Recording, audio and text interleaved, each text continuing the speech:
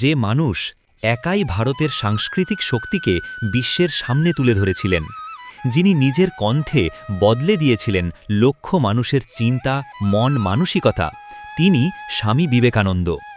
আজকের ভিডিওতে আমরা জানতে চলেছি তার জীবন, তার অনুপ্রেরণা আর এমন কিছু অজানা কাহিনী যা বইয়ে খুব একটা পাওয়া যায় না।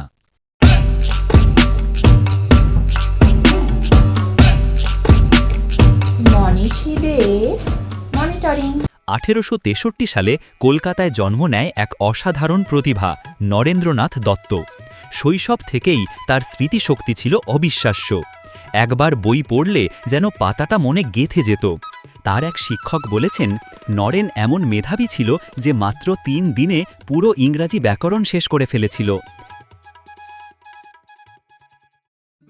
কিন্তু জানেন কি, ছোটবেলায় ভূতের ভয় দূর করতে তার বাবা তাকে আসলেই মশান ঘাটে রাত কাটাতে পাঠিয়েছিলেন। উদ্দেশ্য, ভয়কে চোখের সামনে দেখলেই ভয় চলে যাবে। স্কুলে একবার তিনি শিক্ষককে বলেছিলেন, স্যার, আমি ভুল উত্তর লিখিনি, আপনি ভুল পড়েছেন। এই আত্মবিশ্বাস খুব কম বয়সেই গড়ে ওঠে তার মধ্যে। আর হ্যাঁ, অনেকে জানে না, নরেন ছিলেন অসাধারণ গায়ক। শাস্ত্রীয় সঙ্গীতে নরেন নামটা তখনই সবার পরিচিত ছিল। যৌবন বয়সে নরেনের মনে প্রচুর প্রশ্ন। ঈশ্বর কি সত্যিই আছেন? থাকলে কেমন? কোথায়? এই উত্তর খুঁজতেই পৌঁছে যান দক্ষিণেশ্বর কালী মন্দিরে শ্রীরামকৃষ্ণের কাছে। প্রথম দেখাতেই রামকৃষ্ণ প্রশ্ন করলেন, নরেন, তুমি কি ঈশ্বরে বিশ্বাস করো?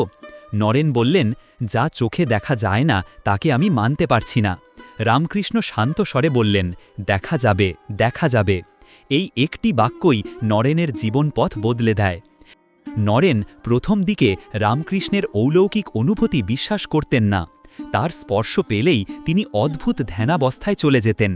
এতটাই অস্বস্তি লাগত যে তিনি বহুবার নিজেকে বলেছিলেন, আর না, আমি আর ওনার কাছে যাব না। কিন্তু কি এক আশ্চর্য আকর্ষণে তিনি বারবার ফিরে যেতেন সেই দক্ষিণেশ্বরে। এভাবেই জন্ম নিল বিবেকানন্দ। গুরু রামকৃষ্ণের মৃত্যুর পরে নরেন ও তার সঙ্গীরা বেলুর মঠ প্রতিষ্ঠা করেন।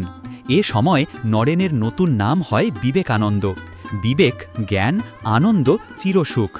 আরেক অজানা তথ্য, সন্ন্যাস গ্রহণের পর তিনি সিরিয়াসলি ভাবছিলেন হিমালয়ে গিয়ে নির্জন জীবনে থাকবেন, মানুষের ভিড় থেকে দূরে, নিথর শান্তির মাঝে। কিন্তু সঙ্গীরাই বললেন, নরেন, দেশ তোমাকে চাই, মানুষের কাছে ফিরে যাও। আর এই কথাতেই বদলে যায় তার সিদ্ধান্ত। তিনি ফিরে আসেন মানুষের সেবায়। 1893 সালের 11ই সেপ্টেম্বর শিকাগোর ধর্ম মহাসভা।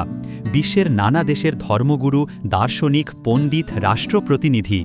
মঞ্চে দাঁড়িয়ে থাকা এক তরুণ ভারতীয় সন্ন্যাসী, তার শান্ত দৃষ্টি, আত্মবিশ্বাসী ভঙ্গি। তিনি বলেন, sisters and brothers of America. আর পুরো হলে যেন বজ্রপাতের মতো হাততালি। 2 মিনিট ধরে সবাই দাঁড়িয়ে সম্মান জানিয়েছিল তাকে। কিন্তু সত্যটা হলো, এই মঞ্চে ওঠার সুযোগ পেতে তার প্রচুর কষ্ট করতে হয়েছিল। প্রথমে আমন্ত্রণপত্রই পাওয়া যায়নি, রাতে থাকার জায়গাও ছিল না, ঠান্ডায় রাস্তায় দাঁড়িয়ে থাকতে হয়েছে। পরে এক স্থানীয় মহিলা, মিসেস অলিভিয়া, তার চরিত্র, তার জ্ঞান দেখে তাকে নিজের বাড়িতে থাকতে দেন।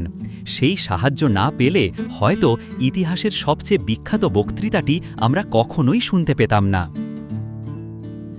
বেলুর মঠে সাপ এলে সবাই ভয় পালিয়ে যেত, কিন্তু স্বামীজি নাকি সাপকে হাত দিয়ে সরাতেন, আর সাপ চুপচাপ তাকিয়ে থাকত, ভয় পেত না। নিজের জন্য কিছুই রাখতেন না। কেউ নতুন কাপড় দিলে সঙ্গে সঙ্গেই তিনি গরিবদের দিয়ে দিতেন।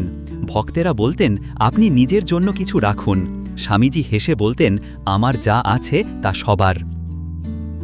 মানুষের মনের কথা পড়তেন। অনেকেই বলেছেন, তিনি কারো দিকে তাকালেই বুঝে যেতেন সে কি ভাবছে। এক ভক্তকে একবার বলেছিলেন, তুমি যে প্রশ্ন করতে এসেছো আমি জানি, এসো উত্তরটা বলে দিই। ভক্ত হতবাক। নিজের মৃত্যুর তারিখ নিজেই জানতেন। মৃত্যুর কয়েকদিন আগে বলেছিলেন, আমি 40 বছর পার করব না। ঠিক তাই 39 বছরেই তিনি মহাপ্রয়াণ করেন। স্বামী বিবেকানন্দ শুধু এক সন্ন্যাসী নন, তিনি এক চলমান বিপ্লব। স্বামী বিবেকানন্দের মন্ত্রগুলো আজও যেমন সত্য ছিল, তেমনি অনুপ্রেরণাদায়ক। তার দর্শন আজও শেখায়, অহংকার নয় মানবতা, ভয় নয় শক্তি, বিভেদ নয়, একতা। নিজেকে দুর্বল ভাবা সবচেয়ে বড় পাপ। ওঠো, জাগো, লক্ষ্য না পাওয়া পর্যন্ত থেমো না। তার চিন্তা, তার শক্তি আর তার মানবতার শিক্ষা আজও আমাদের পথ দেখায়। ভিডিওটি ভালো লাগলে লাইক, শেয়ার আর সাবস্ক্রাইব করতে ভুলো না। পরের ভিডিওতে আবার দেখা হবে নতুন অনুপ্রেরণার গল্প নিয়ে।